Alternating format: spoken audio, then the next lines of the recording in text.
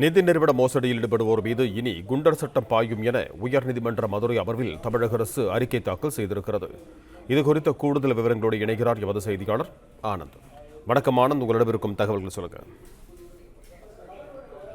தமிழகத்தில் நிதி நிறுவனங்கள் நடத்தி பல ஆயிரம் கோடி ரூபாய் மோசடி செய்ததாக மதுரை தலைமையிடமாக கொண்டு நிதி நிறுவனங்கள் நடத்தி வந்த நியோ மேக்ஸ், ஹெஸ்பின், எம்ஆர்டி உள்ளிட்ட நிதி நிறுவனங்கள் முதலீடு செய்தவர்கள் தங்களுக்கு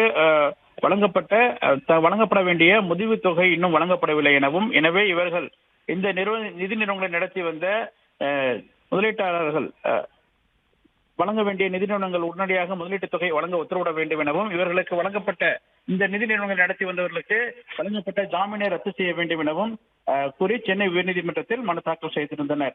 இந்த வழக்கு நீதிபதி புகழேந்தி முன்பாக விசாரணைக்கு வந்தது. அதில் பாதிக்கப்பட்ட தங்களுக்கு உரிய நிவாரணம் இதுவரை வழங்கப்படவில்லை எனவும், உயர்நீதிமன்ற மதுரை கிளை அமர்வின் பல்வேறு வழக்குகள் தாக்கல் செய்திருப்பதாகவும், குறிப்பாக முக்கிய குற்றவாளியாக உள்ள நிதி நிறுவன இயக்குநர்கள் வழங்கப்பட்ட ஜாமீனை ரத்து செய்ய வேண்டும் எனவும் பாதிக்கப்பட்டவர்கள் தரப்பில் வாதிடப்பட்டது.